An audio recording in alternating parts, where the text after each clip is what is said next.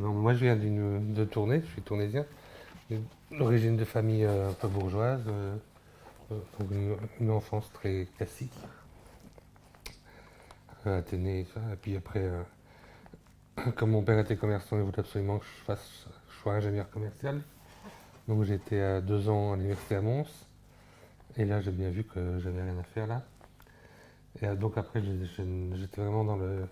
Bon, c'était en 69-70, donc c'était juste après 68.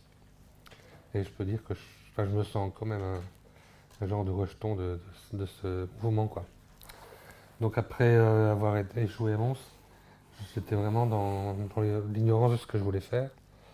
Et je connaissais une personne qui était dans une école de photo à l'IEX, c'est pas.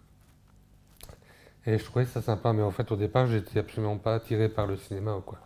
J'allais au cinéma, le cinéma des écoles, comme on disait, le mercredi après-midi. Pour 5 francs, on avait un long métrage. En général, c'était des films d'action, des films de cow-boys, des choses comme ça. Mais j'étais pas un cinéphile du tout. Donc c'est par hasard que comme il fallait bien que je sois inscrit dans une école, mais j'étais voir par ce qu'était l'IAD, ce qu'était l'INSAS. Retourner à l'IAD, qui m'avait bien plu parce qu'il y avait un côté, à ce moment-là, c'était un super bordel. Il n'y avait que des anarchistes portugais. Il y avait vraiment un esprit 68 qui se déclarait là seulement. C'est un côté qui m'intéressait mieux. Donc finalement, l'IAD m'a accepté. Et c'est à ce moment-là que j'ai commencé à savoir un petit peu ce que c'était le cinéma, mais je ne savais même pas ce que je voulais faire, quoi. Parce que je m'étais assis comme réalisateur, et puis après, en fait, j'ai découvert que c'était plutôt la technique qui m'intéressait. Qui se sont Enfin, fort. j'ai eu l'occasion de croiser Bon Mariage, donc, qui est Manu Bon Mariage. Lui m'a dit un jour, je pense que t'es pas, tu es bien dans la caméra portée, caméra à la main. Et à mon avis, si tu continues, tu pourrais être un technicien valable à ce niveau-là. Et donc c'est la première fois qu'on me disait, ok, tu peux peut-être rentrer dans le monde du cinéma.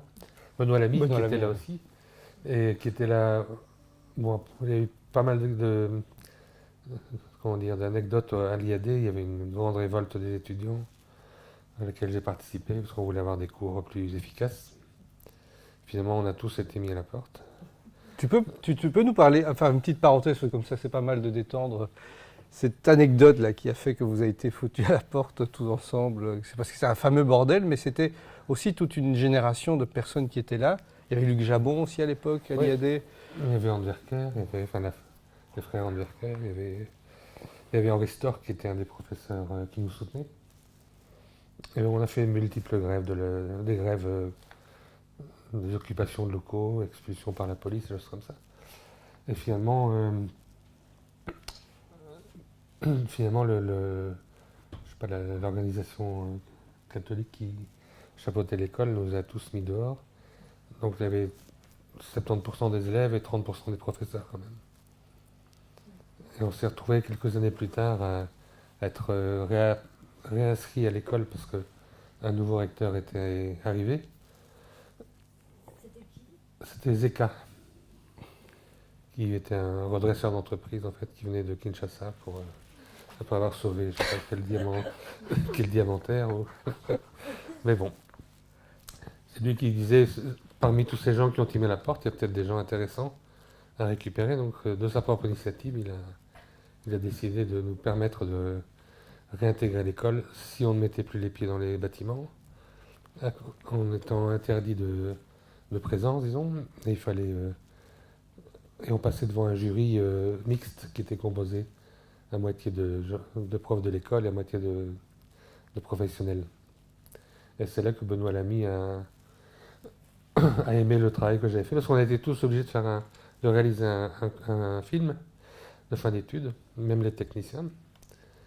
Et bon, finalement, moi, je trouvais ça très très bien, parce que j'ai pu travailler sur les films de 3 ou 4 réalisateurs différents, plus mon film. Et bon, Benoît avait apprécié mon travail, il m'avait proposé par la suite d'intégrer l'équipe du film qu'il préparait, qui était Jean Dardenne. Et Michel Godot, ici présent, était cadreur au moins, je pense, je sais pas, ouais.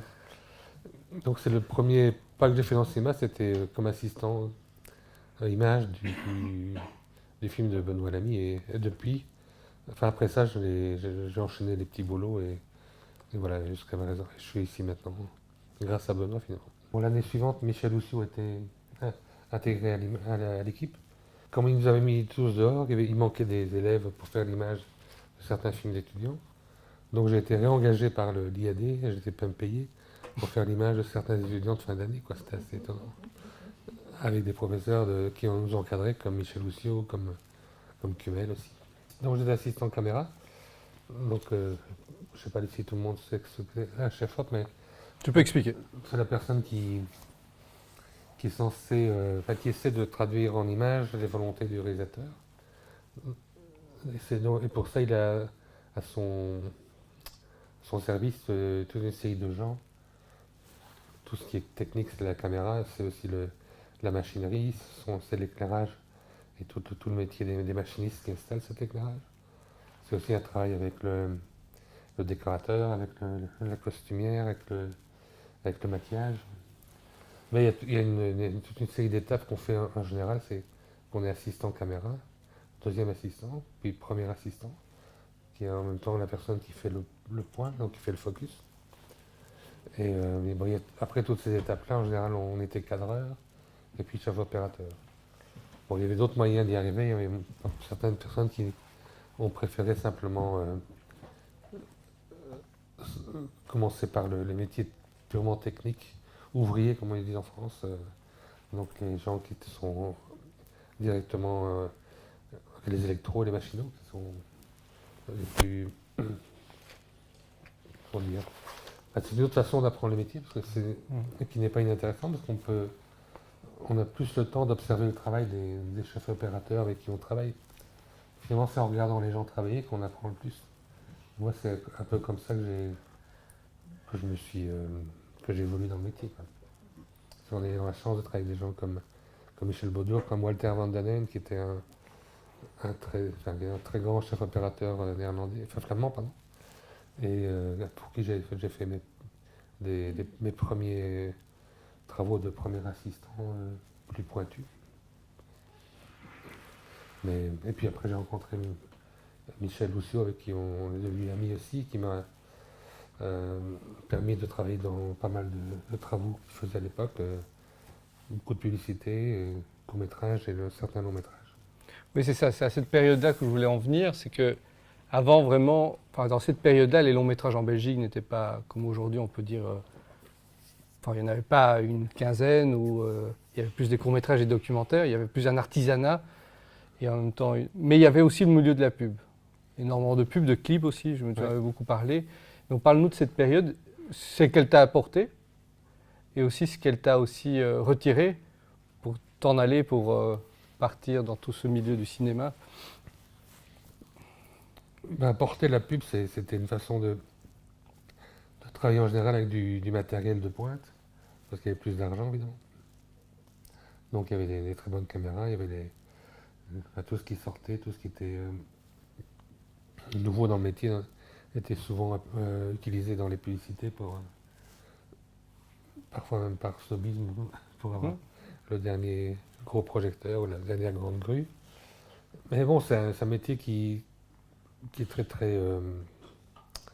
il faut être très précis parce qu'il y a beaucoup d'argent en jeu, mais qui est finalement relativement plus facile pour un assistant que d'être assistant sur un court-métrage fauché, quoi.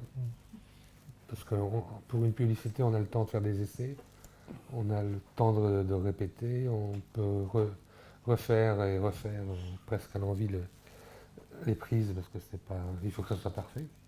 Donc s'il y a le moindre doute, on refait. Un assistant en court-métrage ou en long-métrage, il a en général un matériel qui est plus limité, à la limite moins efficace. Il a parfois pas assez de temps pour faire toutes ces techniques qui conviennent pour être certain que tout fonctionne. Et par exemple, au niveau de la mise au point, qui est quand même un sacré casse-tête, c'est... Pourquoi c'est un casse-tête? C'est bien de parler, il y a des gens du milieu, mais C'est vrai que souvent tu nous as parlé de, en tant qu'assistant, c'était ce stress de la mise au point à l'époque, question-là. C'était une étape que je ne voudrais plus revivre. J'étais tellement stressé parce que quand en fiction, donc un long métrage ou un court métrage, on fait la prise de vue et on ne voit le résultat finalement que 2-3 jours plus tard, quand le laboratoire a développé et qu'on peut vérifier que tout fonctionne bien. Donc pendant 2-3 jours, parfois on est quand même hyper inquiet de savoir si on a bien fait notre boulot et si l'image est nette, si c'est pas flou sur le comédien ou s'il n'y a pas de griffe. Enfin, il y a toute une série de problèmes qui peuvent se poser. Donc c'est vraiment un boulot de... Enfin, il faut aimer quoi. Moi j'ai jamais aimé ce boulot de premier assistant. J'ai toujours l'impression que j'allais mourir dans une salle de rush tellement j'étais inquiet. Mais bon, finalement, je suis pas mort. Mais ça ne saurait tarder. Et alors, donc, l'avantage de la pub, d'abord, c'est que ça rapportait pas mal d'argent. Ça permettait de vivre assez facilement. Et donc, c'était surtout le contact avec les grands chefs opérateurs français ou anglais qui se succédaient à l'époque. Et le premier documentaire que j'ai fait, je ne sais même pas pourquoi on m'a contacté. C'était Françoise Lévy, la fille de Pierre Lévy, qui est un producteur-réalisateur. Et on est parti en Thaïlande faire un documentaire sur les réfugiés cambodgiens, parce qu'il y avait la guerre à l'époque. Et ça m'a vraiment marqué énormément.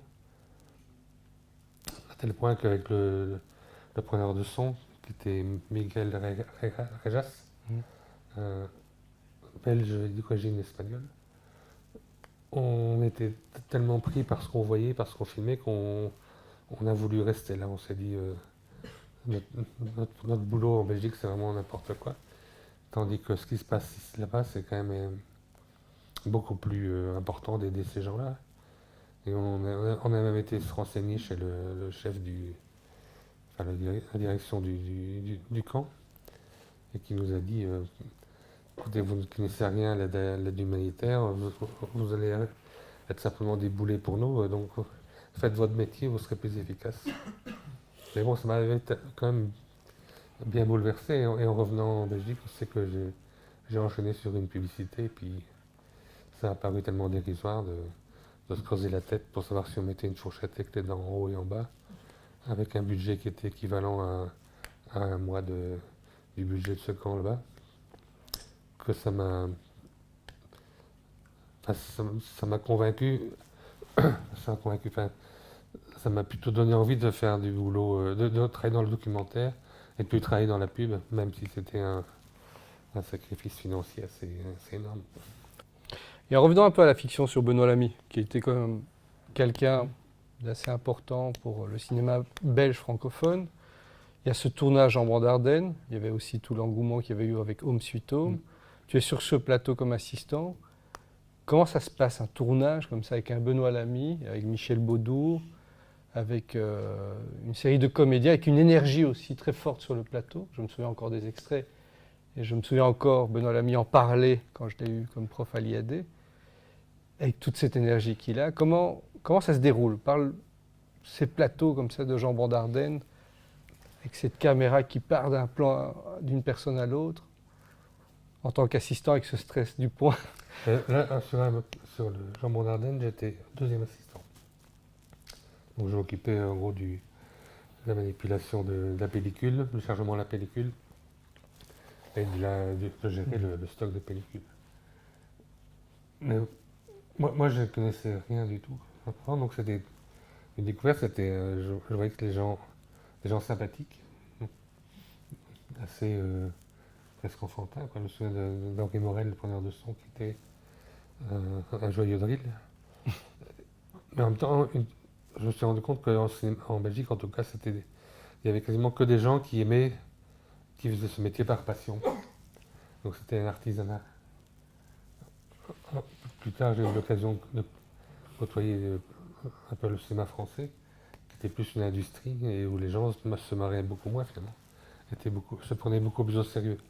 En Belgique, on travaillait sérieusement, mais ça restait quand même une ambiance presque de fête tous les jours. Et des gens fantastiques. Donc c'est agréable, c'est presque un jeu, quoi, un plaisir. Et, dans ma vie, j'ai toujours essayé de privilégier le plaisir à la douleur. Donc trouver des gens sympathiques, essayer de ne pas avoir de conflit avec les personnes avec qui je travaille. Donc travailler avec des gens qu'a priori on aime bien. Et essayer de mettre sur les plateaux une ambiance calme, sereine. Travailler dans la paix, quoi. Mais c'est super intéressant cette période des années 70 quand on regarde d'autres cinématographies, que ce soit la française ou l'américaine. Il y a eu cette période des années 70 de rupture avec un passé, avec un cinéma, une industrie là où il y en avait. Et puis tout à coup une énergie d'artisanat mais aussi de folie, de gens qui se permettent de façon... J'ai beaucoup aimé quand tu as dit des gamins presque qui jouent, mais très sérieusement aussi. Et on la retrouve aussi, enfin, en tout cas à travers votre génération, on l'a retrouvée dans ces années 70, avec toutes ces personnes qui ont commencé à construire ce cinéma francophone belge, ou cinéma belge, qu'on a commencé à voir dans les années 80, 90, et ainsi de suite. Cette période, c'est aussi bien de passer à l'aspect technique, la rigueur, hein, parce qu'on est quand même avec du matériel qui a besoin de cette rigueur. Hein. À l'époque, parle-nous, quelles sont les caméras que vous utilisiez à l'IED, hein, mais aussi que tu vois débarquer dans la pub avec des moyens, qui te permet quand même de toucher un matériel très sophistiqué, mais c'est un apprentissage gigantesque. Et puis après, celui avec la caméra avec laquelle vous partez au Cambodge, à l'époque, évidemment la vidéo n'était pas présente, donc pour montrer cette évolution et cette adaptabilité que tu as. À l'IAD, à l'époque, il n'y avait quasiment pas de caméra. Il y a eu une période où on faisait des travelling sur les chaises et des choses comme ça. Mais quand je suis arrivé, il y avait quand même une caméra Super 8. Donc on avait droit à faire trois bobines de Super 8 pendant la première année, quoi. Après, on avait des vieilles caméras 16, mais même pas les caméras qu'on employait à l'époque, c'était presque des objets de musée. Les vraies caméras, j'ai commencé à les utiliser quand j'ai commencé à faire l'assistanat, mais je les avais quasiment jamais vues avant. Après, sur les longs métrages, il y avait toutes les caméras qui sortaient, les premières Arriflex, les Arribel, sur le film de Jean Mondardin, par exemple. Je pense que c'était la première Arribel qu'il y avait en Belgique, qui était une évolution énorme, parce que c'est une caméra qui permettait de faire de l'épaule avec la pellicule 35 mm. Donc il y avait du 8 mm, super 8 mm. 8 mm, c'était simplement à l'IAD ou à l'école, mais à ce moment-là, tout ce qui était professionnel se faisait soit en 35, soit en 16 mm ou Super 16. Donc le documentaire, en général, on le faisait en 16 et Super 16. C'est pour une question d'éclairage qu'on utilisait le 35, enfin le 16 ou le 35? L'éclairage, non, parce que les pellicules 35 sont aussi sensibles, ou même souvent parfois plus sensibles que les caméras 16, dans la mesure où l'évolution se faisait d'abord sur le matériel 35 mm.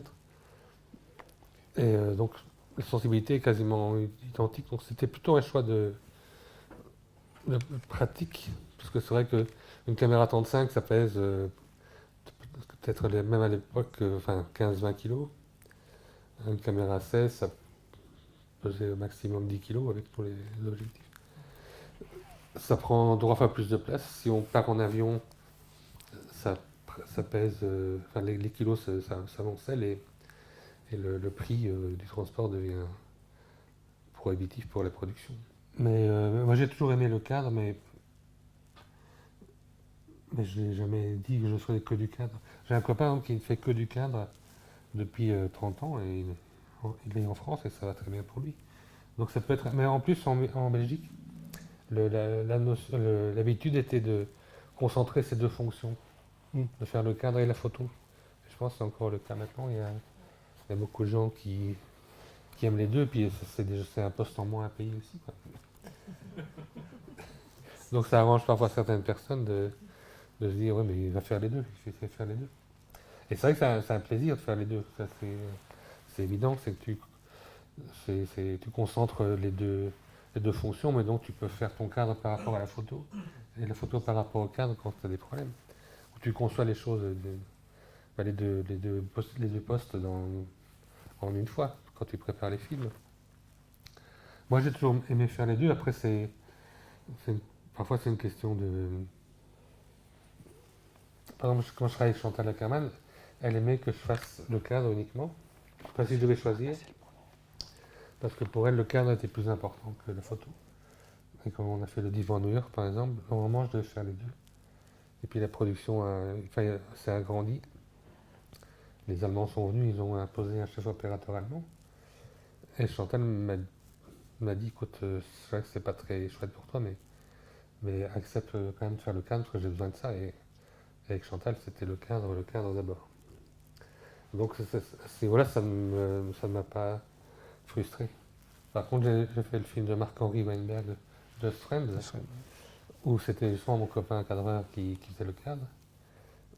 Et là, ça me frustrait parce que en tant que cadreur, on est très proche de réalisateur, de la réalisation, de la mise en scène et des comédiens.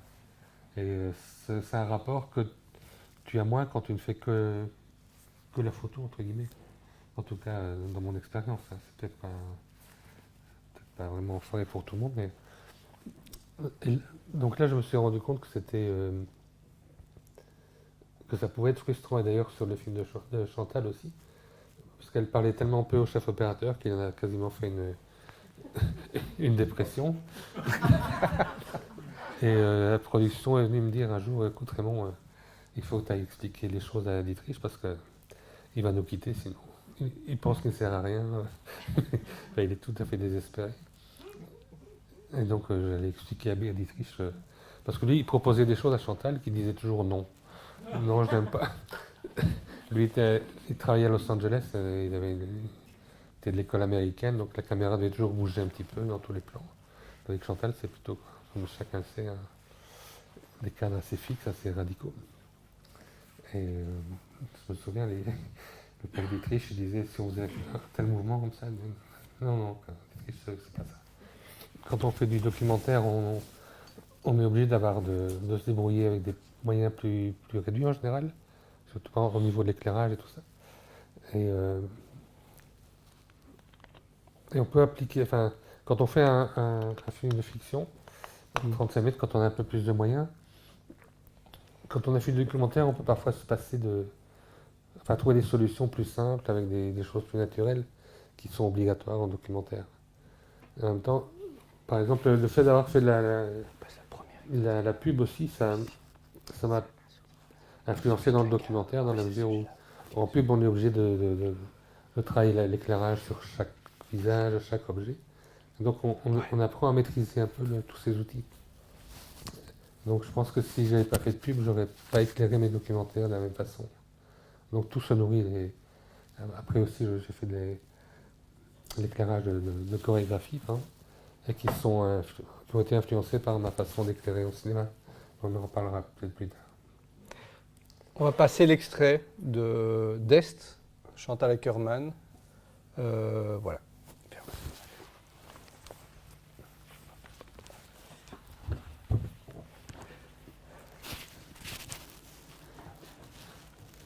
Donc, en fait, là, c'était un des derniers films que j'ai fait en 16 mm, en format carré, enfin à 33, avec une pellicule qui était très granuleuse, comme vous le voyez. Je pense que c'était la 500 ASA de l'époque.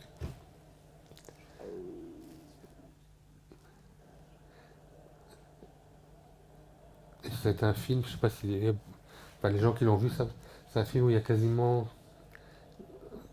que des travelling, enfin principalement des travelling, très longs.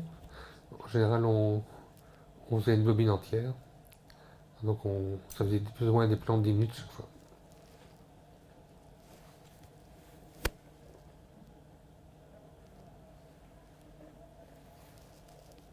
Ça, c'est à Moscou, dans une gare, où les gens attendent. Quand on est allé à Moscou à cette époque-là, il y avait des files de gens partout qui attendaient soit des trains, soit des bus, soit des trains, soit des ouvertures des magasins.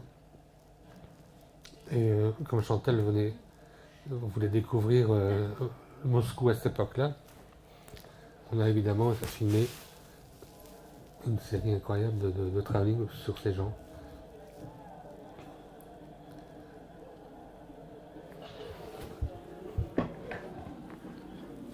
Vous faisiez le travelling sur quoi? Explique un petit peu à quelle distance vous étiez aussi. Là, du coup, on est entre 1,50 m et 2 mètres du mur. Et on avait un petit chariot un genre de caddie, de gare, sur lequel on avait mis un plancher et puis la caméra sur pied.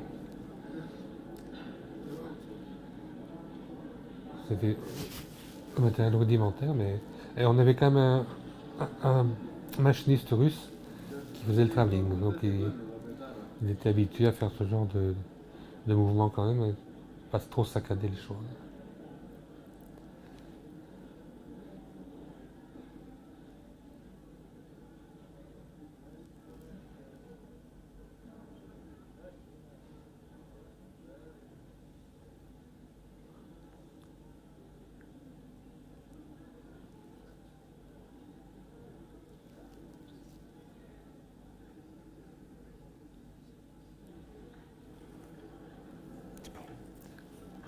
Ouais, on va couper ici. Okay. On va faire après celui-là. Voilà. Vous voyez, la qualité de l'image est quand même... ça évolue. Hein. On va voir le deuxième extrait après, qui est la suite du plan, ce 360. Ah, oui. Ce qui sera intéressant aussi ici, c'est... On voit une caméra extrêmement... C'est pas une caméra à l'épaule, la Manu bon mariage. Non, avec Chantal, c'est pas du tout une personne qui prenait la caméra à l'épaule. C'était des cadres fixes, normalement très structurés, très cadrés. Et elle ne voulait pas... Au départ, quand on a fait les repérages, je lui ai proposé évidemment de faire ça sur une chaise roulante, comme on le fait parfois avec des petits travaux, des petits chariots qu'on peut trouver sur place. Mais elle l'a refusé, Donc on a fait tous ces travelling avec des caméras sur pied, sur ce genre de chariot ou pour d'autres plans, sur des voitures travelling qu'on avait eu apprêtées par le centre documentaire de Moscou. Moi j'ai un souvenir de ces images qui m'ont fait découvrir Raymond. J'étais jeune étudiant à l'IAD. Et je ne connaissais pas Raymond, et je vois ces images d'Est, une installation qu'il y avait eu sur des écrans, avec tous ces travelling qui s'enchaînaient. Mais ce qui m'avait vraiment profondément touché, électrisé à l'intérieur, c'est ce rapport à l'humain, avec ce rythme que j'ai retrouvé après. Et puis à chaque fois je voyais, tiens, c'est à chaque fois le même chef opérateur, Raymond Fromont, et c'est comme ça qu'on s'est rencontrés. J'aimerais que tu parles de ce rapport, parce que c'est pas que quelque chose d'une rigueur, oui, à la Chantal, mais ce rapport, parce que c'est ça la distance, la caméra était très proche quand même de ces personnes filmées. On est en 1992 ou 1993. Bon, c'est vrai que ces personnes vivaient une situation vraiment désespérante, mais il y a très peu de regards, de gens qui quittaient le regard, comme aujourd'hui on ferait aujourd'hui ça, ce serait très compliqué, mais avec une humanité, une force, et en plus avec l'éclairage urbain. On n'est pas là à mettre de l'éclairage partout, des HMI. Parle-nous de... C'est pour ça qu'on a choisi aussi cet extrait, ce film, qui est un point de départ important aussi dans une manière aussi de montrer le réel. Le rapport humain par rapport aux gens confinés, c'est compliqué. Il n'y a pas de recette, entre guillemets. Chantal voulait une certaine présence, puis après tu adaptes la vitesse du travelling effectivement à la focale que tu as choisie. Et puis après, ici, c'était quand même les Russes qui étaient incroyables, parce que c'est vrai que c'était impensable de faire ce genre de travelling maintenant, ou même à l'époque en Belgique ou en France, parce que, enfin, vous allez voir d'autres extraits où on est sur des gens qui attendent je pense qu'on va... C'est le deuxième extrait. Les gens qui attendent un bus sur l'extérieur. On est à, je sais pas, entre 70 cm et 1,2 m. Donc c'est quand même très intrusif au niveau de la caméra. Mais il n'y a pas de réaction, quasiment pas. Et là, c'est compliqué.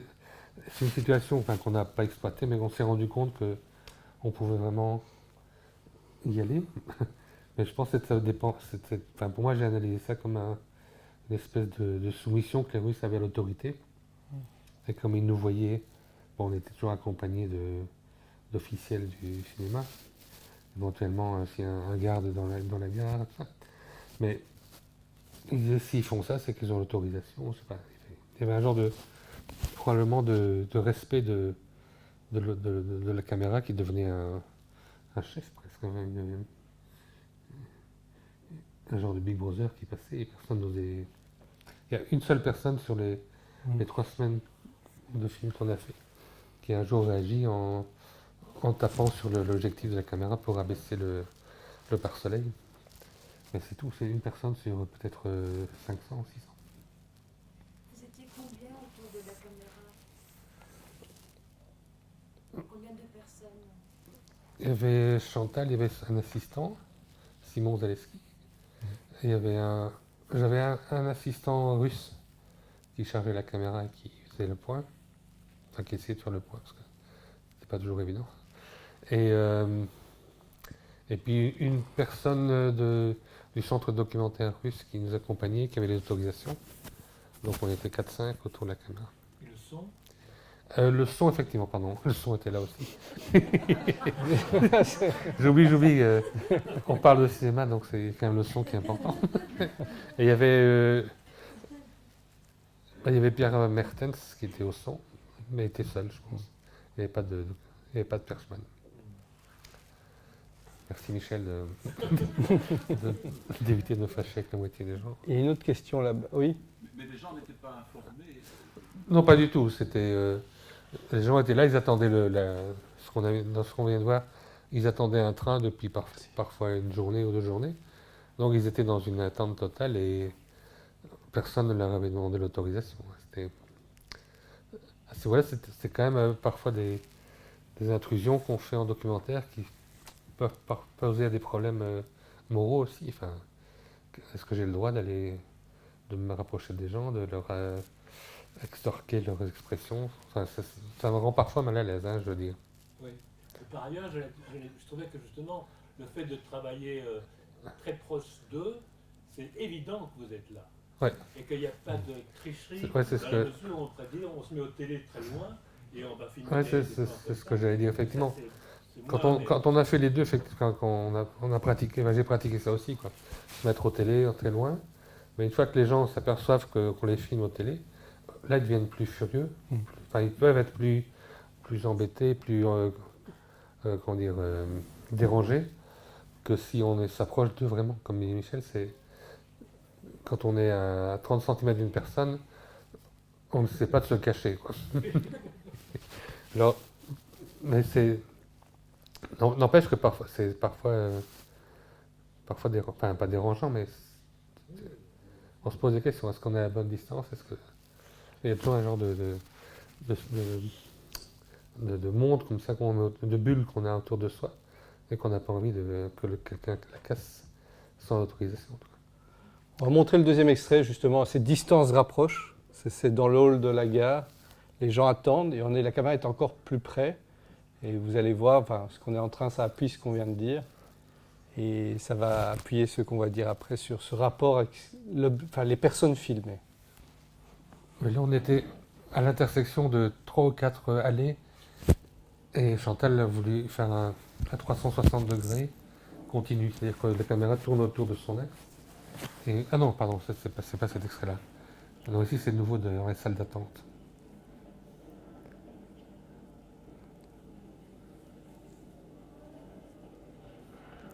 Vous aviez une face sur la caméra ou quoi qu'on voit la brillance derrière?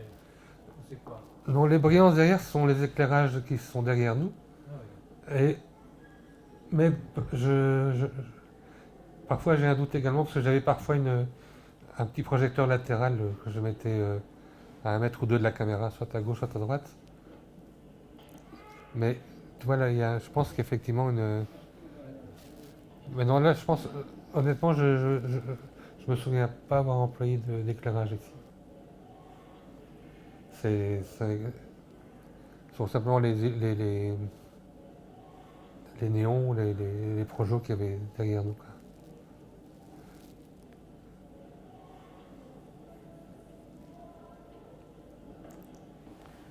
Ici, on est encore plus près que le plan précédent.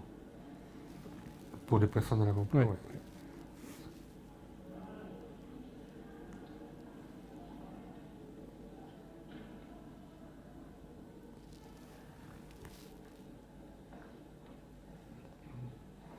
En sachant qu'on ne répétait pas, on tournait. Donc, contrairement à ce que je dis à des étudiants souvent, essayez de préparer la fin de votre travelling avant de le commencer pour avoir des fins qui se tiennent. Là, c'était toujours un peu l'inconnu, quoi.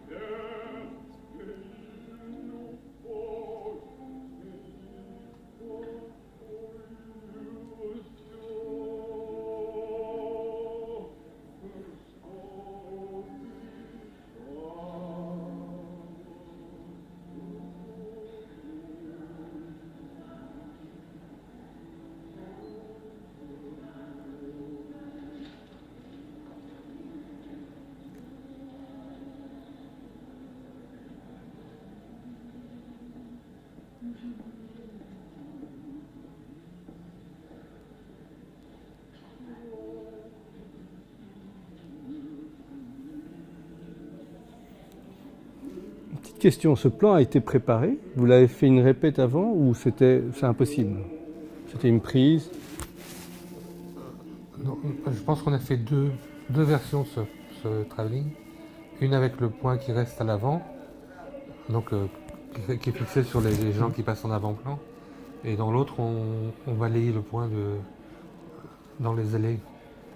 Donc les gens nous ont vus sans doute une fois avant d'être pris dans cette version-ci, mais enfin, rien n'est préparé au niveau des gens, évidemment. Ils vous ont vu passer 2 fois. Voilà, oui. Donc j'imagine sans doute que certains ont quitté leur place parce qu'ils ne voulaient pas être... voilà, là, il y a une femme qui se cache un peu, mais...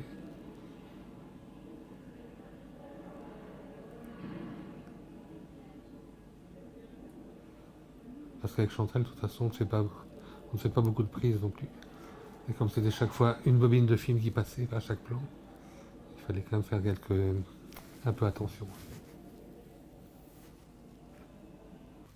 Le balayage dans l'œilleton Oui, est permanent quand tu construis un cadre comme toujours, celui-ci. ouais. Toujours quand tu peins, de toute façon.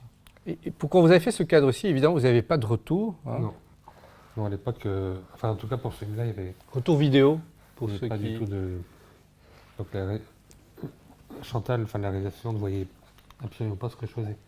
Elle avait une idée du cadre parce qu'elle regardait le cadre avant le départ. Mhm. Mais après, c'est ce qui se passait pendant le tournage. Elle l'a vu 4 semaines après, je pense, quand on a vu le travail au laboratoire. Donc il y avait cette confiance aussi que les réalisateurs donnaient aux cadreurs, parce qu'eux, à ce moment-là en tout cas, ne voyaient pas du tout ce qui se passait pendant le tournage. Donc c'était vraiment un rapport différent de ce qu'on a eu après, quand on a eu le report vidéo, ou maintenant qu'on travaille en vidéo pure, où il y a au moins 2 ou 3 ou 4 écrans qui retransmettent en direct l'image qu'on fait. En fiction, c'est un peu pareil aussi. Avant, on était les seuls à savoir ce qui s'était passé devant la caméra. Maintenant, il y a parfois 10-15 personnes qui peuvent commenter ton image en direct, ce qui n'est pas toujours facile non plus. Pour personne, hein, vraiment. Et elle savait qu'elle ne voulait pas couper, qu'elle n'allait pas couper, que l'image allait être continue. Et est-ce que tu le savais toi aussi? Oui. Mais, on savait que c'était des... Comme ce film aussi était destiné à faire un genre d'installation théâtrale. Enfin, elle avait dans son idée de faire des séquences de 10 minutes, 10-11 minutes, donc la longueur d'une boîte de 16 mm. Donc quasiment tous les plans que j'ai fait avec elle sur ce film, c'était 10 minutes. Donc ça, c'était presque un principe acquis. En revoyant les extraits, moi, c'est ça qui me... Et je ne me souvenais plus de cet extrait avec cette musique. J'ai l'impression, parfois, j'étais dans une fiction. Enfin, ce réel, c'est cette frontière qui est parfois, et pourtant on est dans du vrai réel, là, impossible à restituer, sauf, et même et encore. Est-ce que vous aviez repéré tous ces lieux avant? C'est impossible. Peut-être pour l'éclairage ambiant. Enfin, on n'est pas fait un repérage avec une caméra, avec une focale en disant... J'avais vu les lieux. J'étais venu la veille ou l'avant-veille, je ne sais plus très bien. Et puis on verra. Pour voir Oui, un c'est peu ça. la lumière, voir ce qui est... Parce que à ce moment-là, on utilisait des nouvelles sensibilités codec. Je ne me souviens plus du terme, des numéros exacts, mais c'était dans les 500 ASA. Tourné en 16. En 16, oui. 16 mm. Ouais. Et j'avais une cellule et elle disait toujours erreur. Il n'y avait jamais assez de lumière dans tous les lieux qu'elle avait choisis. Donc c'était un petit peu le...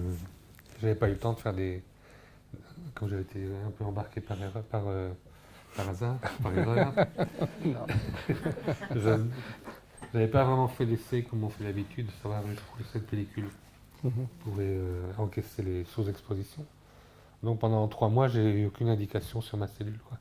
Ah, pendant 3 non, pendant 3 semaines. Donc il y avait quand même une espèce d'inquiétude. Enfin, j'avais fait un test à Moscou, j'avais quand même demandé qu'on développe 60 ou 100 mètres, je sais plus, pour être certain que ça fonctionne quand même. Mais c'était vraiment, il y avait des risques comme ça. C'est ça que le documentaire apprend, c'est qu'il faut parfois prendre des risques, puis les assumer ou pas les assumer, mais en général les assumer. Mais prendre des risques, ça fait partie du plaisir, de l'angoisse, mais ça fait évoluer, quoi. C'est aussi pour ça que parfois les gens t'engagent, parce qu'ils savent qu'on peut te proposer des choses un peu bizarres et tu es peut-être prêt à accepter.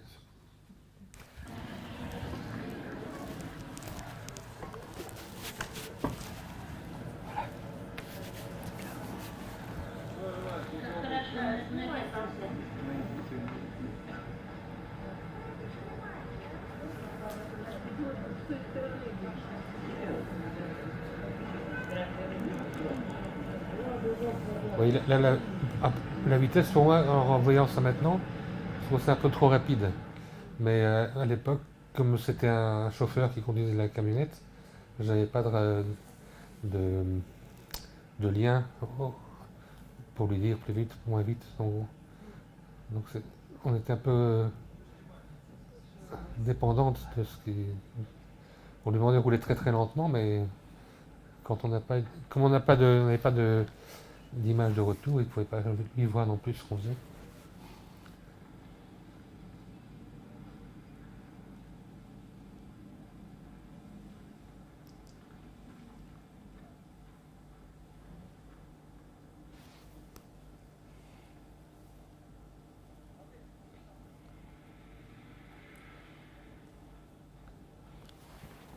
Et là, sur la plateforme, vous aviez une petite source, c'est ça, hein, une petite... Oui, sur la droite de l'image, de la plateforme, il y avait un pied avec une torche lumineuse qui éclairait un petit morceau de polystyrène, de diffuseur blanc, pour faire une image.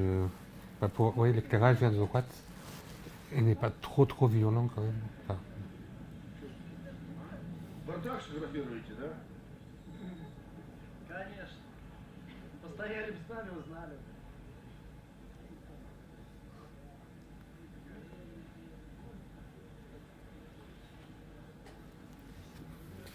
Par exemple, ce qui est un peu compliqué dans ce genre de training, c'est de savoir qui va arriver par la gauche, quelle hauteur il a, est-ce qu'il est loin, est-ce qu'il est grand, petit.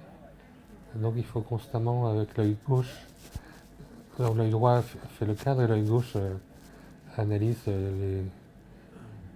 les gens qui vont arriver par la gauche, pour éventuellement redresser le cadre.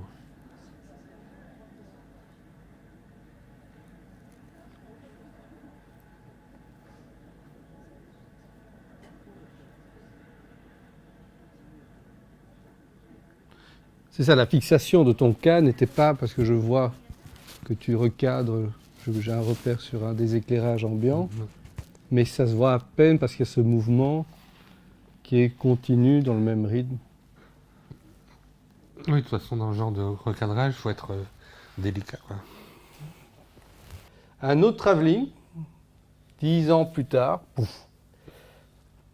Une autre caméra, Chantal Ackerman, frontière Mexique-États-Unis.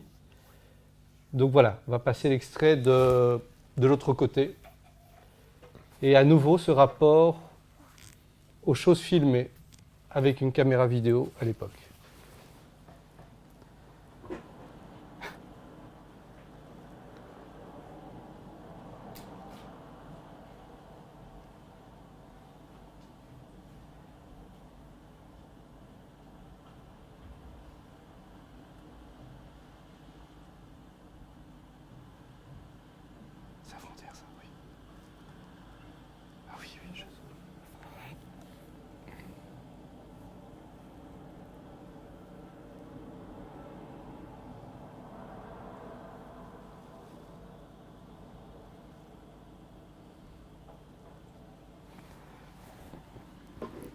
Ici, à la place des personnes, c'est les murs.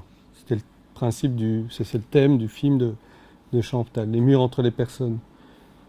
Mais on retrouve quasiment la même distance, presque le même rythme, et quasiment la même désolation dans cette humanité et ce désespoir aussi, même s'il n'y a pas des personnes. Raconte-nous un peu comment ce moment, voilà.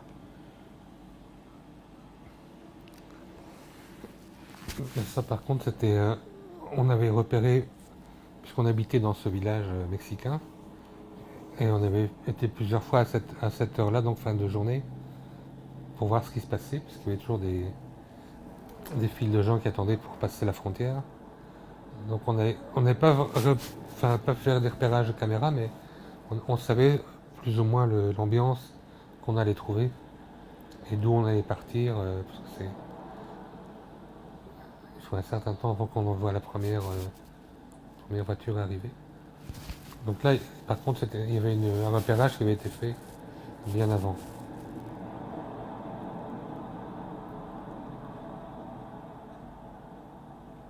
On est du côté mexicain, comme Raymond l'a dit. Là, ici, on voit une patrouille américaine. Vous filmez.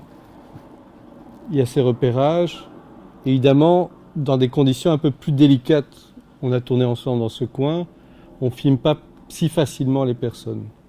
Mais pour restituer la même chose, qu'on a retrouvé dans d'Est.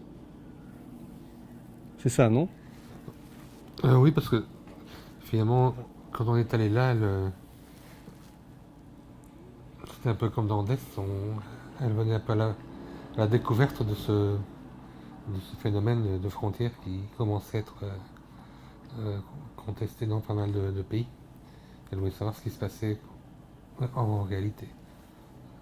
Donc elle était venue, sa sœur habite le Mexique et un jour elle a décidé de repartir par les États-Unis, donc elle a remonté le pays pour passer dans cette ville frontière, et à ce moment-là elle avait vécu un passage de plusieurs centaines de Mexicains qui en force étaient passés au-dessus des barrières et s'étaient éparpillés dans la ville américaine de l'autre côté. Et c'est à ce moment-là qu'elle a voulu faire tout un documentaire sur cette ville mexicaine et cette ville américaine,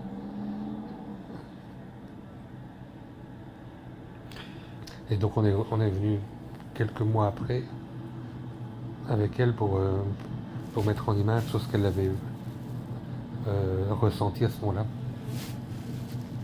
Parce qu'ici, vraiment, on accompagne les voitures qui se placent pour passer la frontière. Hein. Oui, c'est ça.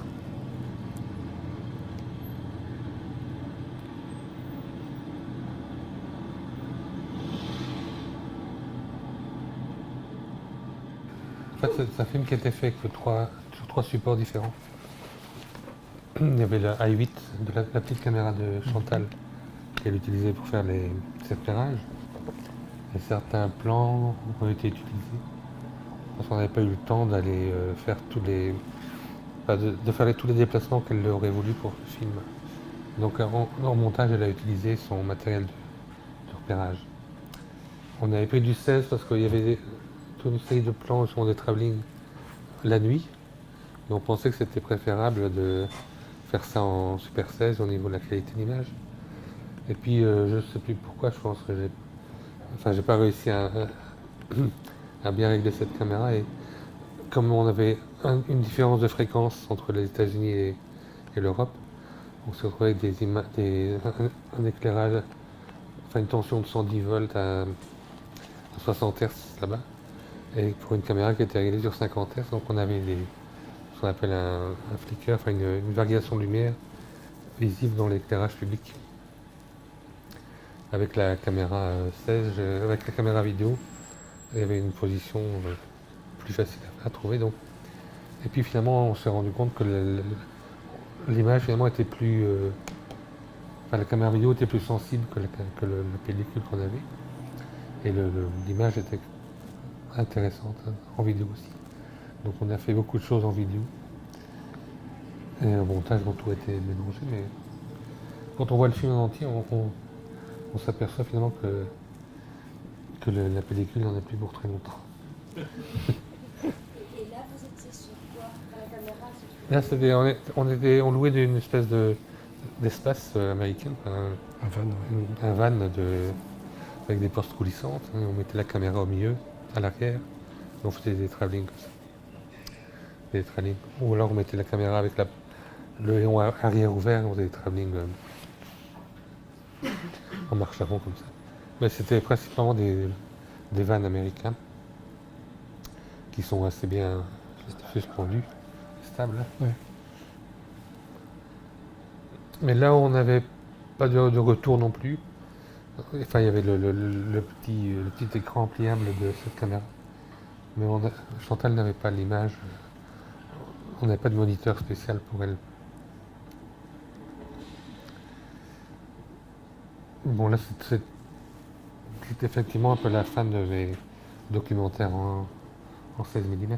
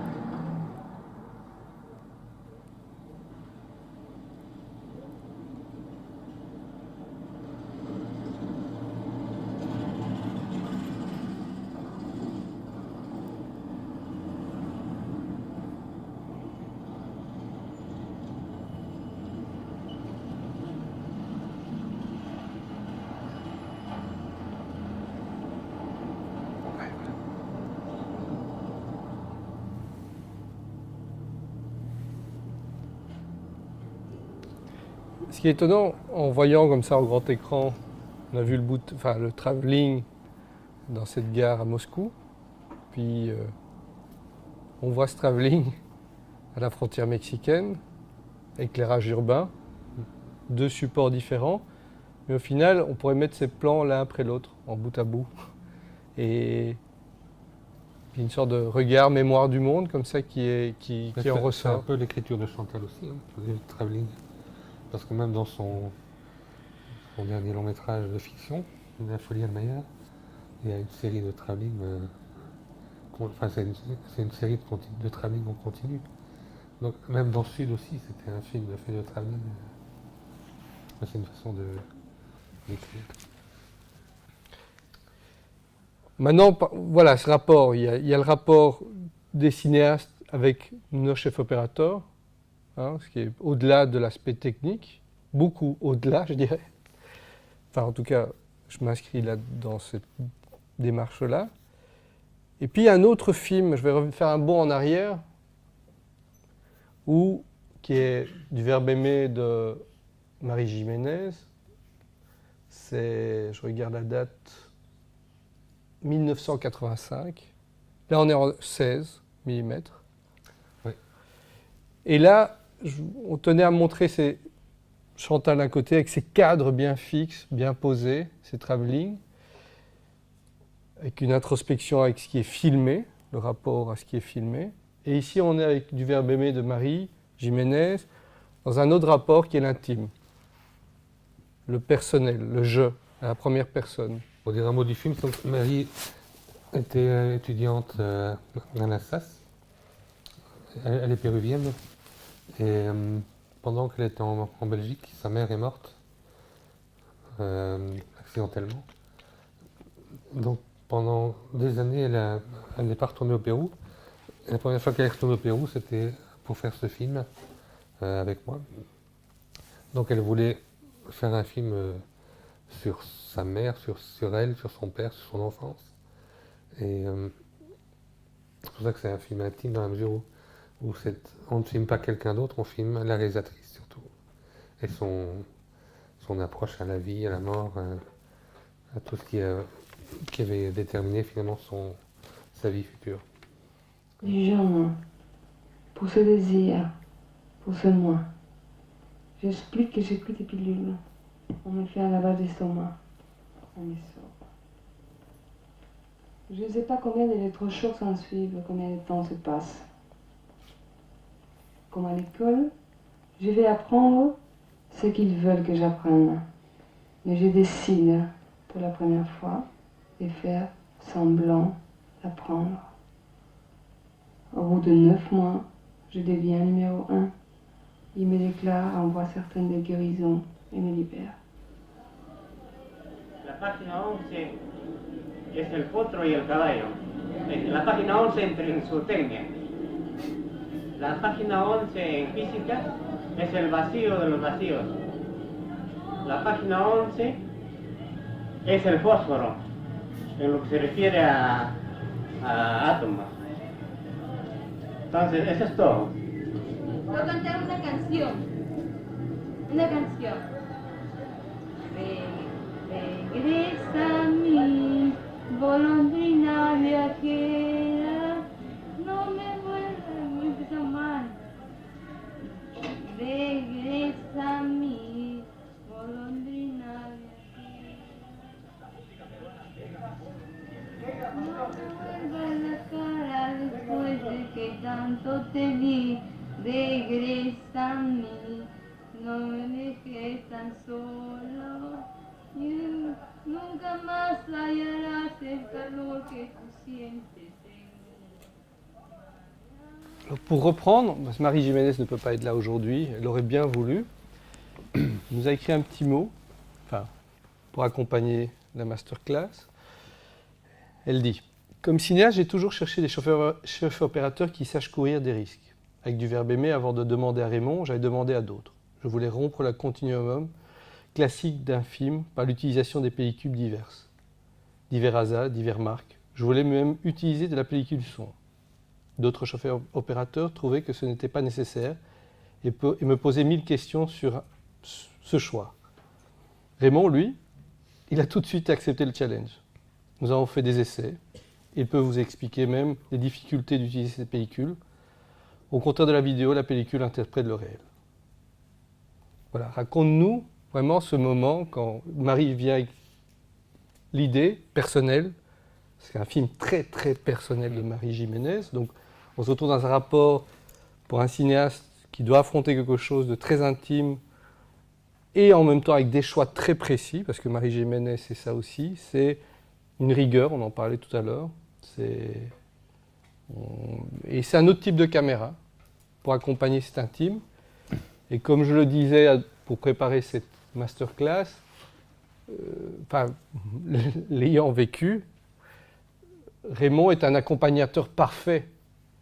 On a besoin, quand on fait ces films à la première personne, de quelqu'un non seulement qui restitue les images qu'on a, mais aussi qui nous accompagne dans ces moments qui sont bouleversants pour le cinéaste, parce qu'il parle de lui. Et il arrive à être à la bonne hauteur, sans nous encombrer et en nous observant. Donc parle-nous de ce... Voilà. Parce qu'il y a ce plan magnifique que je redécouvre là où on passe de cette femme qui chante la Paloma, et on voit cet arrière-plan, une dame, et il va la suivre. Et ça me revient à ce que tu as dit un peu tout à l'heure, les chefs opérateurs de talent ne regardent pas que l'objet filmé, mais ils regardent tout ce qu'il y a autour. Et ça, on le sent bien dans ce plan-là.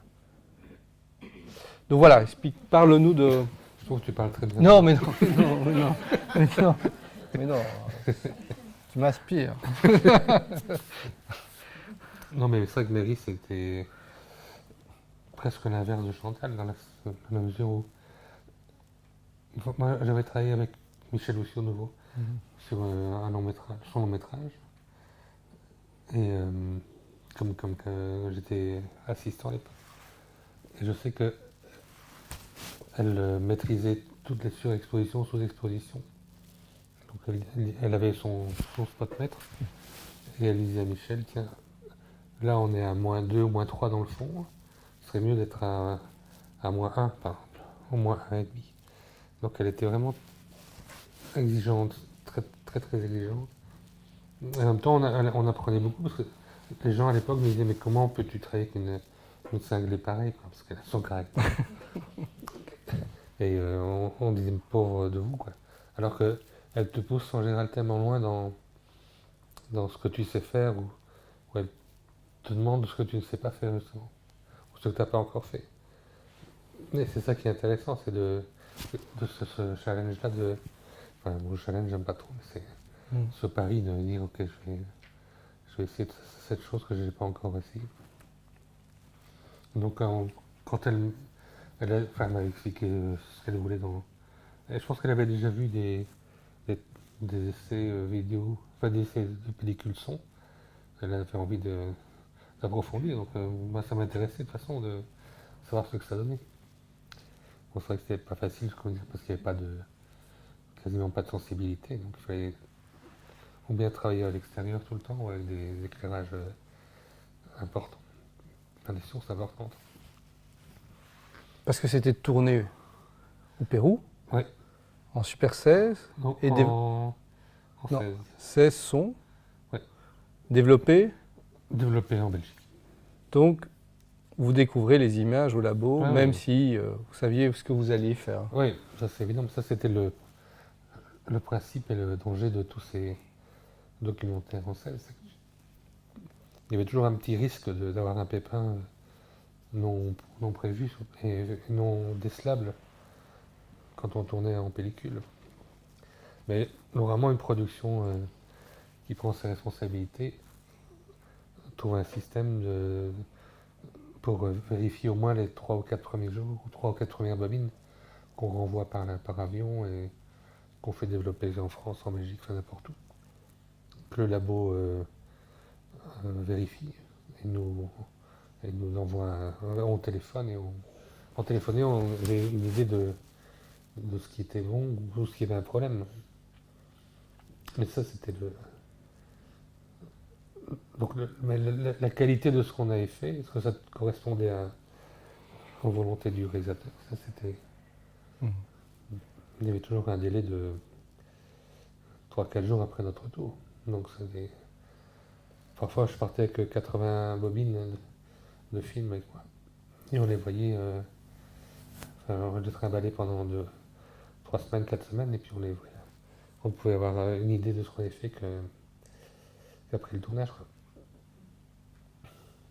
Il y a la beauté de cette pellicule et aussi les dangers, mais en même temps, je pense que c'est intéressant de parler, c'est que il y a cette manière de faire, cette sensibilité à filmer, et après c'est l'aspect technique, c'est comme tu dis, ce danger de la pellicule dans un lieu où on va la tourner. Et je pense qu'il y a d'autres expériences ici présentes, Michel, je pense, vécues, de la difficulté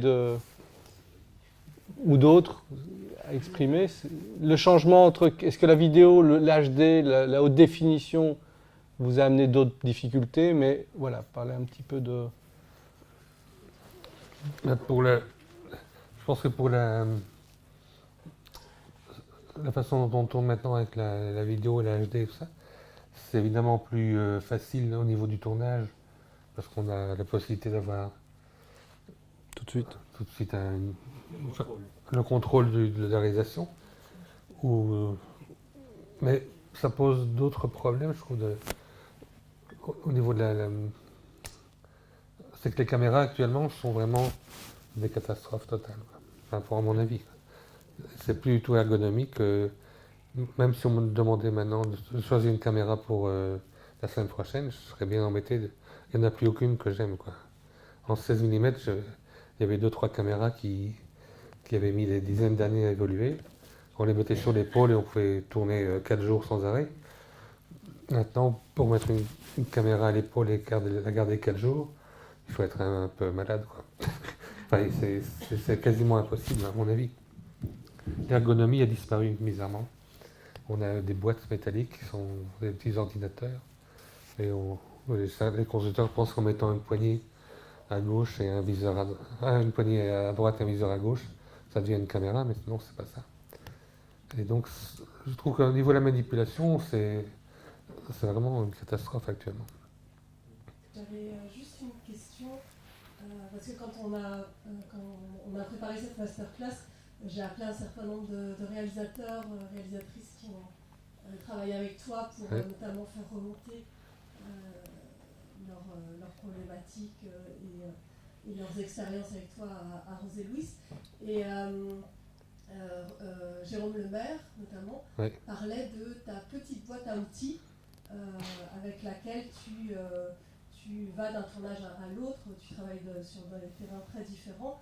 Et lui, ce qui l'a beaucoup marqué, notamment, il a travaillé avec toi comme chef-op, mais il t'a aussi contacté pour des conseils sur son dernier film, Burning Out, où tu agis comme consultant directeur de la photographie.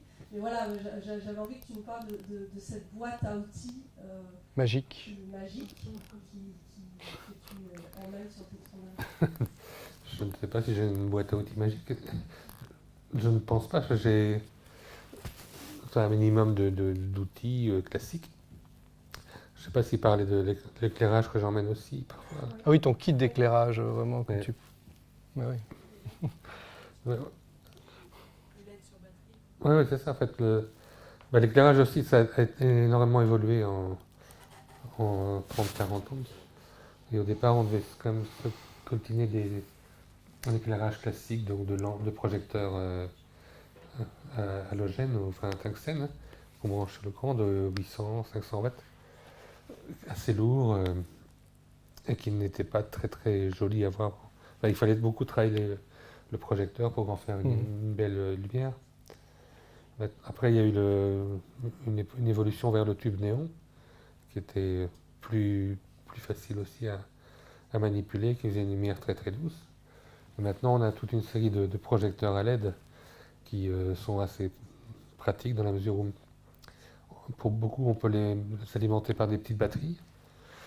Donc, on n'est plus obligé, enfin, on peut les cacher un peu n'importe où, on peut les mettre dans des endroits bizarres, dans des arbres, partout. C'est moins lourd. Donc c'est vrai, c'est moins lourd. Et donc ça ne nécessite plus de tourner dans des lieux, par exemple, où on n'a pas assez de puissance électrique pour mettre ce qu'on appelait une mandarine, donc c'est une lumière de base en documentaire, enfin en documentaire. C'est un quartz de 800 watts, c'est une lumière assez générale, mais qui était assez léger, donc on employait ça assez fort. Mais il fallait quand même une bonne prise de courant pour la brancher. Dans des pays comme en Afrique ou dans les autres pays plus en Asie, on n'est pas toujours dans des lieux où il y a du courant, et pas toujours dans des lieux où on peut brancher 2 ou 3 projecteurs de 800 watts sans faire surtout sauter. Donc moi je me balade avec un petit kit de 3 projecteurs de LED. Et également en documentaire, j'ai toujours 2 ou 3 boules japonaises, des boules en papier. Parce que ça fait un très bel éclairage, très doux.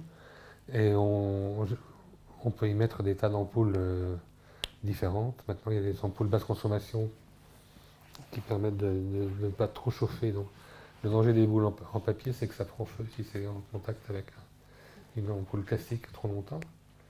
Moi, les boules japonaises, j'en ai toujours 2 ou 3 avec moi. Et des draps blancs, évidemment. Enfin, c'est ça ma boîte magique, c'est des petits accessoires dont je me suis rendu compte qu'ils étaient pratiques dans un éclairage de fortune.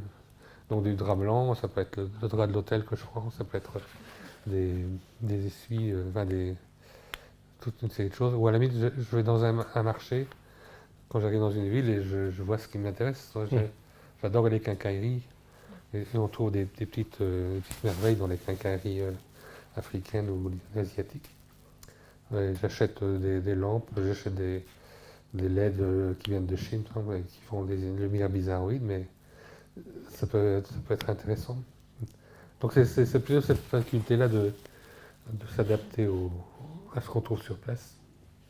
On va reprendre au niveau de la lumière, hein, cette difficulté technique et ce travail, évidemment, c'est bien qu'on va revenir à la folie d'Allmayer, de Chantal, où il y avait ce choix après essai avec une caméra HD, et après dans des conditions pas faciles, tu nous expliqueras, et aussi avec un choix vraiment clair-obscur qu'il faut gérer, avec très peu de sources d'éclairage. On va voir l'extrait. Moi, il faut que je sorte Zaira de tes bras, de ton corps inerte. J'ai trouvé l'argent pour repartir en expédition, tu auras ce que je t'ai promis. Et tu partiras d'ici avec ta fille.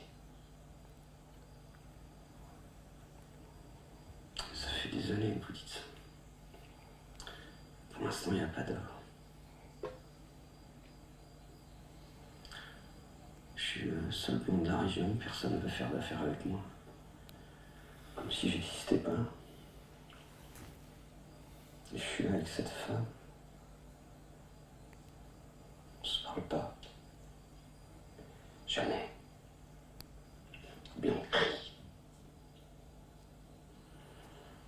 Il n'y a que Nina qui me donne de la joie.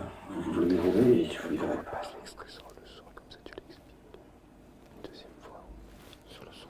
On va rapide. On peut repasser une deuxième fois. Sur le son. Et tu expliques. Je l'emmène. Et la réflexion là pour aller dans la vie. Elle ne peut pas vivre ici comme sauvage. Quand elle reviendra, elle en saura plus que toi. Et vous partirez en Europe. La vie, quelle vie! Vous irez au théâtre, à l'opéra, où tu voudras. Au Café de la Paix à Paris, c'est à côté.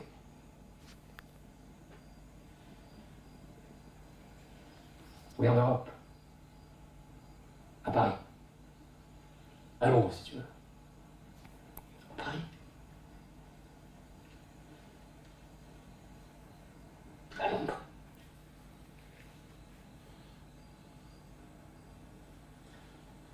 Appelle-la. Nina. Nina. Ça ira.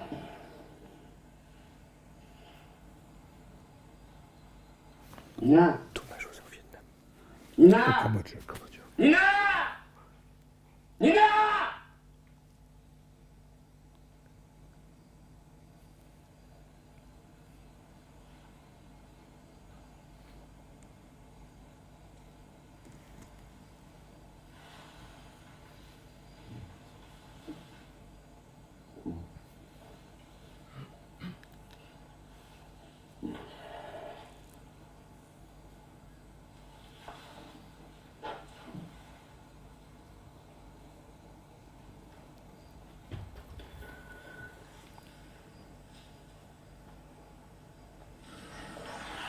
Donc là, on avait un beau décor, on avait une belle nature. Et là, je sais pas, les gens qui l'ont vu, ça aussi, c'était rempli dans un film de travelling. Et là, le risque, entre guillemets, qu'on prenait, par exemple, c'était qu'on ne faisait quasiment jamais de répétition. Chantal disait, je voudrais qu'un salle à travelling de là à là, et puis après, on verra ce qui se passe. En gros, puis on savait que les comédiens allaient parler de telle chose, allaient un peu se déplacer, mais il y avait très peu de choses qui étaient fixées dans le béton. Et donc, dans le film, beaucoup de ces plans sont des répétitions tournées, en fait. C'est-à-dire qu'on préparait le travelling, on faisait l'éclairage, on pensait qu'il serait possible de le faire coïncider avec l'action, et puis on tournait les répétitions. Et quand c'était très bien, on disait, bon, maintenant on va la faire. Elle dit, non, on l'a déjà. Enfin, en gros, c'était ça. Et alors, lui faire 2 fois la prise, c'était quasiment impossible, hein, Chantal. Tous les gens qui sont là peuvent le dire. Oui. Donc, ça, c'était le risque qu'elle prenait aussi, parce que parfois, quand on est technicien, on sait bien que, tiens, à un moment, j'ai peut-être un petit peu bougé ou j'ai ressenti un coup dans le travelling. Mais il faut avouer que bien souvent, enfin pas bien souvent, mais il est possible que l'impression qu'on a eue d'avoir raté un petit mouvement ou avoir ressenti un choc n'est pas important par rapport à ce qui a été filmé. Donc c'est un peu le côté humble qu'on doit avoir aussi, c'est de ne pas vouloir absolument être parfait dans la technique, si dans le jeu, si on a filmé, est-ce que ce qu'on a filmé était intéressant ou lui parfait et reproductible. Il y a encore un truc que je trouve, que moi j'ai remarqué sur le plateau des comédiens, c'est que finalement, même si on n'a pas un moniteur de retour, le fait, c'est à l'écoute finalement, à l'écoute. On entend que le jeu est bon. Oui. Voilà. Pour nous, aucun, c'est au niveau de l'image, au niveau du jeu, etc. Mais à l'écoute, on entend si le jeu est juste. Oui. Est juste. Oui, tout à fait. Tout à fait. Mais en parlant de ça, c'est comme tu l'indiques, tu es en train de le signaler, c'est vraiment, il y a ce travail de collaboration. On revient à ça au final, du point de vue du réalisateur, de ce travail en symbiose. On a parlé de Chantal et de Marie, et puis il y a des nouvelles collaborations qui se sont créées, même si, par exemple, on a cité Jérôme Lemaire, même si il filme lui-même, mais il vient te solliciter pour des conseils de comment se mettre, où se mettre, à quelle place se mettre, et techniquement aussi. En fait, avec Jérôme, ce qui s'est passé, c'est qu'il est parti vivre dans un oasis au Maroc, et il avait sa petite caméra A8, je pense. Et après 2-3 mois de résidence là-bas, il a décidé de faire un documentaire sur l'amour ça s'appelle Où est l'amour dans la Palmeraie. C'est ça. Et pendant un an et demi, il a fait des images, il a interviewé les gens, il s'est questionné.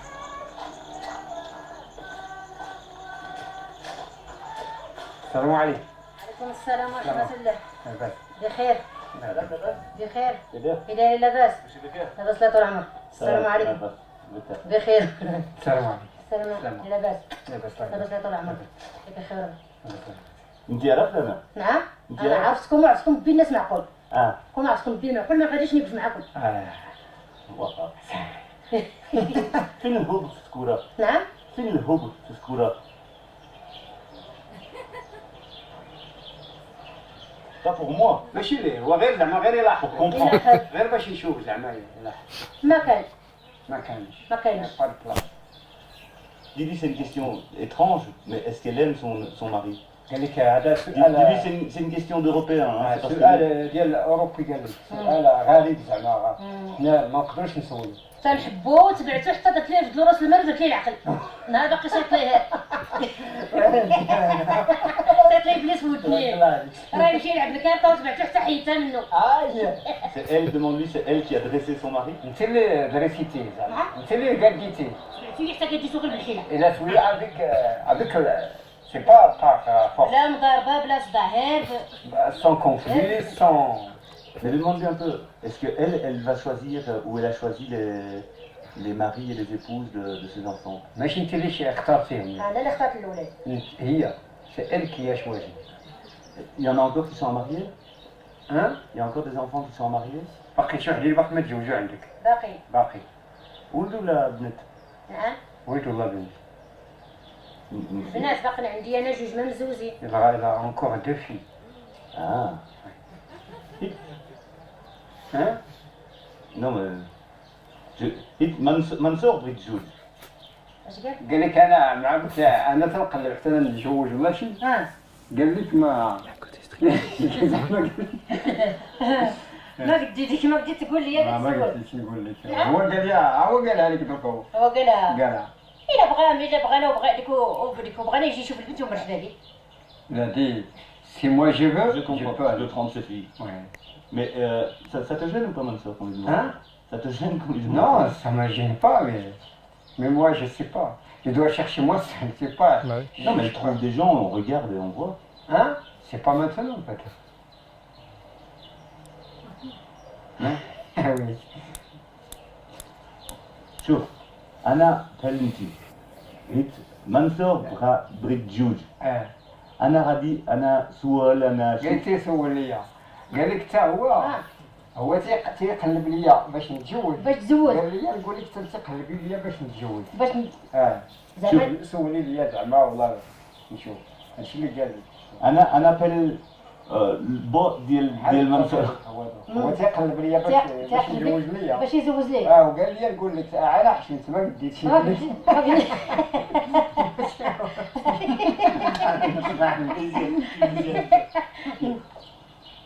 شكرا.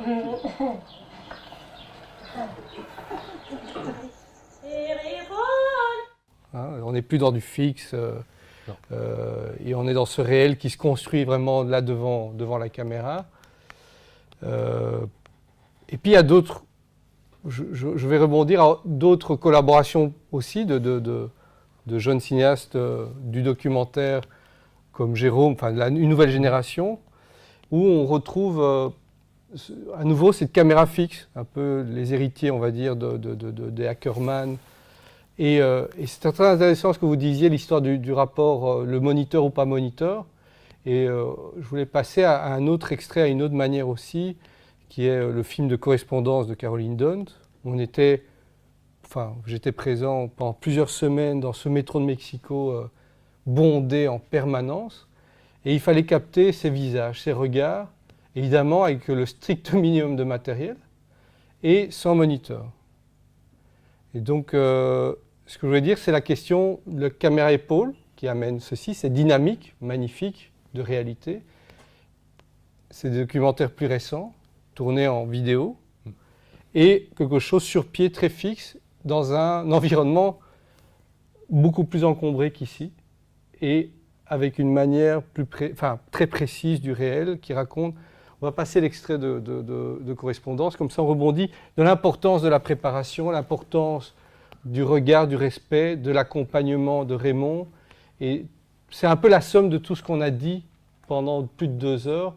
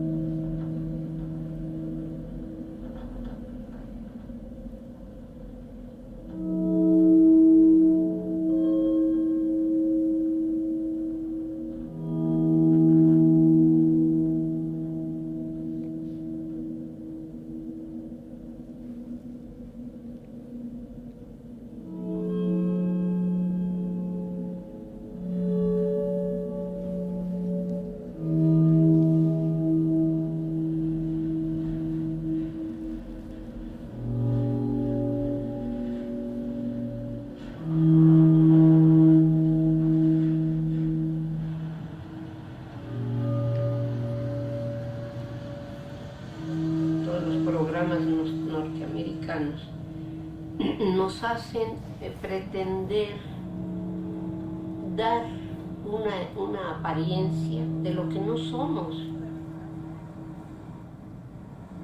Las personas que se salen de lo que son, yo no digo que no trates de verte bien, digo que estés arreglado, yo no digo, ¿no? Pero no que te trates de parecer.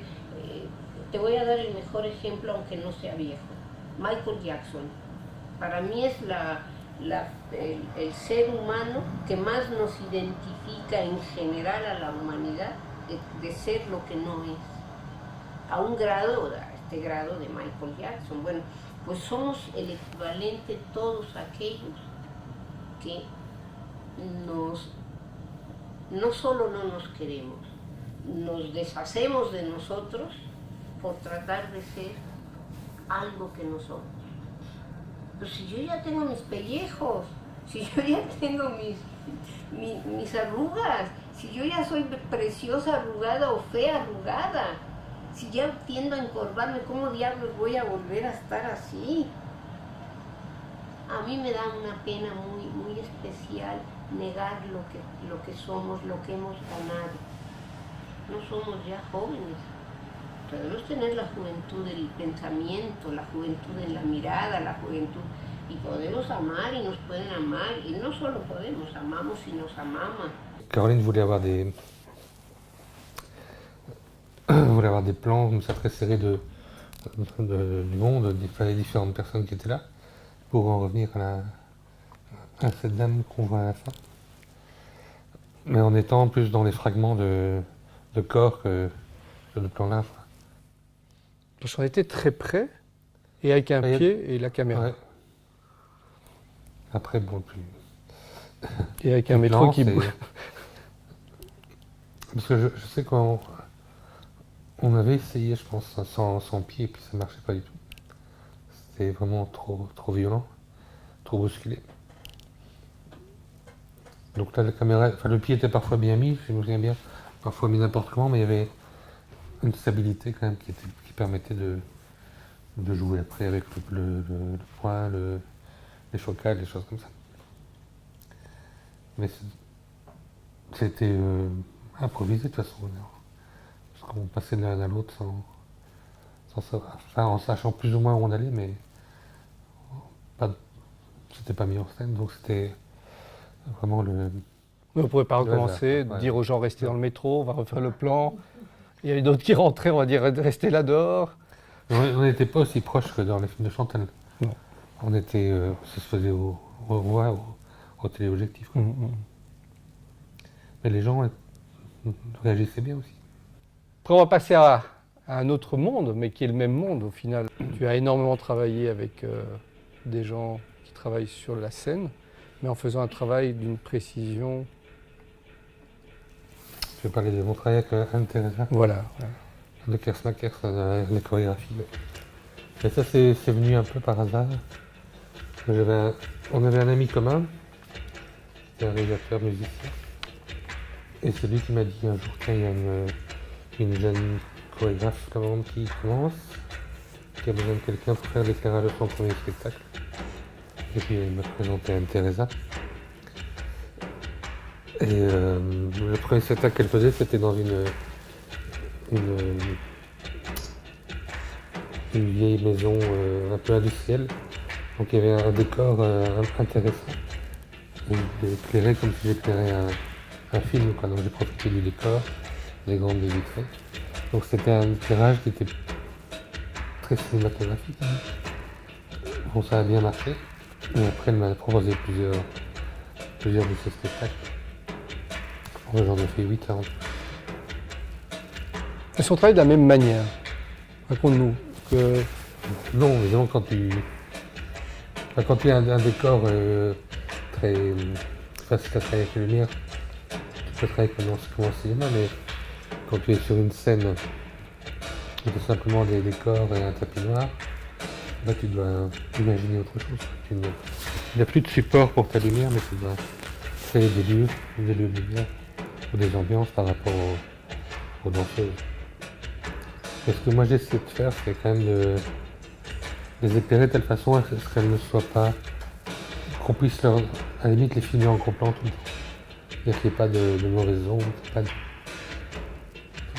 Quand tu éclaires quelqu'un en douche, un éclairage qui vient du dessus, tu creuses les yeux et tu rends les gens pas très beaux. Donc c'était toujours un peu mon principe, c'est de les éclairer de telle façon à ce qu'elles restent photographiables à n'importe quel moment. Et là évidemment, c'est sculpter l'image d'un spectacle sans une caméra, mais avec ce regard, comme tu viens de dire. Oui, là aussi, c'est une collaboration obligatoire avec la chorégraphe. Donc c'est aller voir le spectacle pendant qu'il est répété et discuter de l'intention de chaque morceau, chaque pièce. Puis travailler en répétition assez longtemps pour pouvoir lancer le spectacle. Et c'est très intéressant parce que ça te permet de toucher un peu le côté track, le côté public qu'on n'a jamais eu.